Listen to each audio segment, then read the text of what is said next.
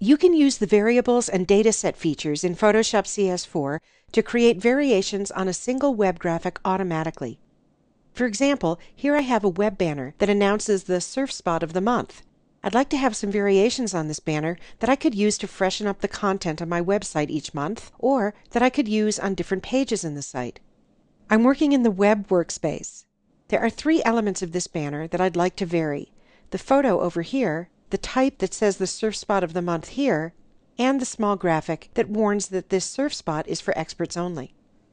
Each of these 3 items is isolated on a separate layer in the Layers panel, which is important for this technique. I'll go over to the Layers panel, and I'm going to hold down the Option key as I click on the photo layer so that you can see just what's on that layer. And I'll do the same on the Location layer. You can barely see, but there is the text Waimea on that layer. And on the Expert layer, just this little expert graphic. I'm going to define each one of these layered elements as a variable. You might think of a variable as a neutral container that I'll fill with different content for variations on this web banner. So the first step is to define these 3 elements as variables. To do that, I'll go up to the Image menu, and I'll choose Variables, Define. I'll move this Variables dialog box down so that you can see the web banner too. And here in the Variables dialog box, I'll start by defining the first variable, which is the photo on the photo layer. To do that, I'll go to the Layer menu, and here I see a list of all of the layers in the file. From here, I'll choose the photo layer. Next, I'll tell Photoshop what type of variable this is. To do that, I'll go to the Variable Type area, and I'll check Pixel Replacement, which means that its content is composed of image pixels, and that I'll be replacing the pixel-based content with a different photo for each variation on the banner. I'll give this variable a name here in the Name field. I like to use the same name as the corresponding layer to indicate that the 2 are related. But I'll capitalize that name here. So I'll select the default text, and over it I'll type the word photo with a capital P. In the Method field, I'll tell Photoshop how I want each photo to be scaled to fit in the same space as the photo that you see here in this banner. When a method is chosen from this menu, if I roll my mouse over that method, I can see a description of the method in the box below. These are the choices in the Method menu. I'm going to leave it set to Fit. Now I'm ready to define a second variable. I'll do that by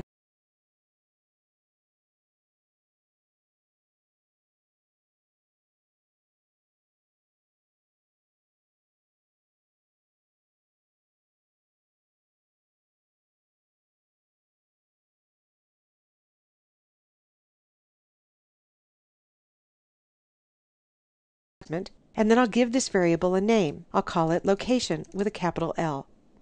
The last layer that I'll define as a variable is the Expert layer, which is the layer that contains this small expert graphic. To define this variable, I'll go to the Layer menu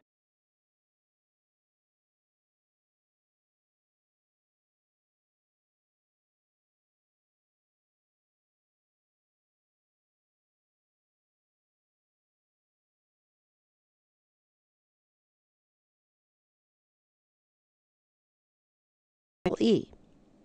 Back in the Layer menu, notice that the Photo, Location, and Expert layers all have an asterisk. This means that those layers have been defined as variables. The other layers, the Background layer and the Flowers layer, will remain static from banner to banner.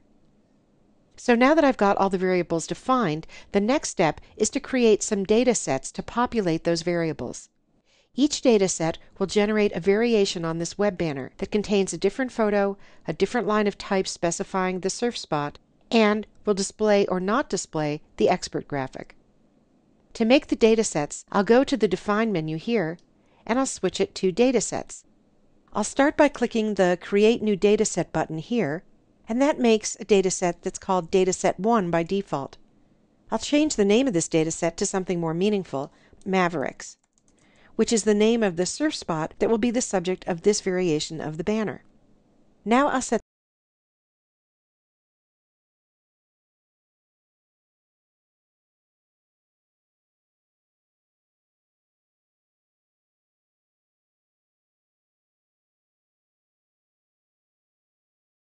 that in this variation on the web banner, the expert graphic will not appear. Now I'll set the value of another variable by going to the Name field and choosing the Location variable. Here in the Value field, instead of Waimea, I'll type Mavericks. And then I'll set the value of the last variable from the name menu, which is the photo variable. To set its value, I'll click the Select File button here next to Value. I'll navigate to my 1304 subfolder. In that subfolder, I'm going to select the photo mavericks.psd, and then I'll click Open. And you can see the path to that file here next to the Value field. Notice that the chart at the bottom of this dialog box summarizes the name, the value, and the associated layer for each one of the three variables, the expert variable, the location variable, and the photo variable. I'm going to click Apply to apply all of the changes that I've made here to see the results here in the web banner. So you can see that the photo has changed, the name of the surf spot has changed, and the visibility of the little expert icon has changed as well. So I'm done making my first data set. Now I'm going to make a second data set the same way. I'll go a little faster this time since you've already seen me do it once.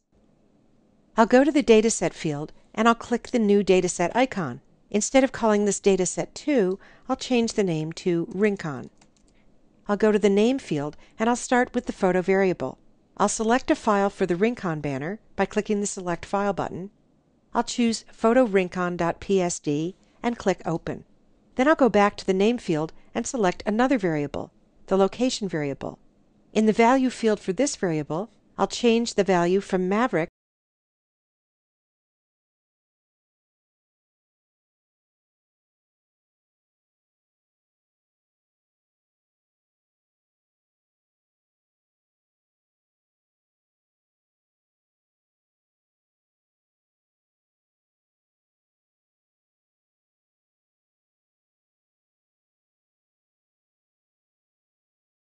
I'll name the dataset. I'll call this one Pipeline. I'll go down to the first variable, which is the expert variable, and this time I'll make the value invisible. Then I'll go back to the Name field and select the Location variable.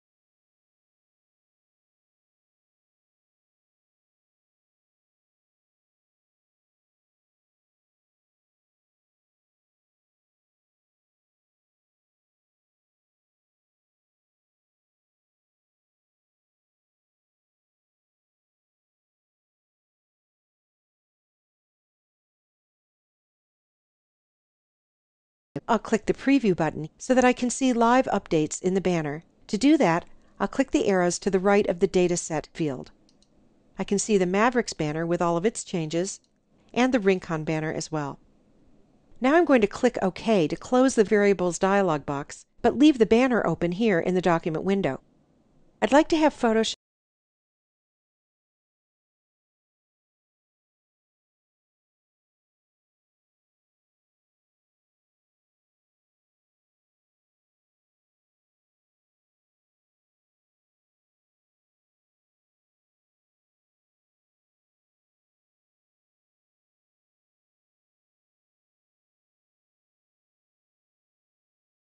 and I'll click Choose. Back in this dialog box, I'll leave the Dataset menu set to All Datasets, and then I'll go down to the File Naming areas. Here's an example of how each banner will be named with the default options here in the File Naming field. This name is a bit long. To shorten it, I'm going to make some changes to these file naming fields.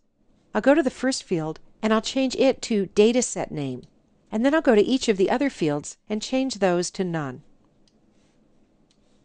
I'll leave the file extension set to .psd because that's the only choice I have. PSD is the only format in which I can export datasets as files. I'll check compatibility with these other operating systems, and I'll click OK. And Photoshop goes ahead and creates and exports as PSD files the three variations on this web banner. To see those, I'll go out to my desktop and I'll open the Banners folder. There are my three PSD files. I'll open all three of them. I'll set the first one to 100%, and then I'll go to the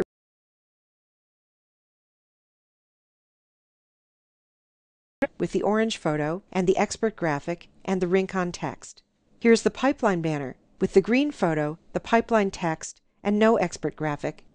And here's the Mavericks banner with the purple photo, the Mavericks text, and no expert graphic.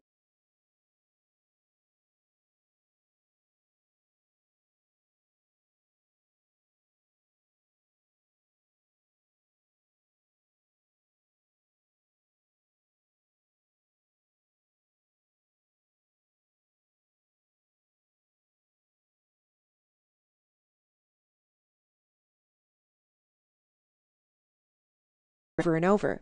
It would be more efficient to use a spreadsheet to populate the variables with different values. And that's what I'm going to show you how to do in the very next movie.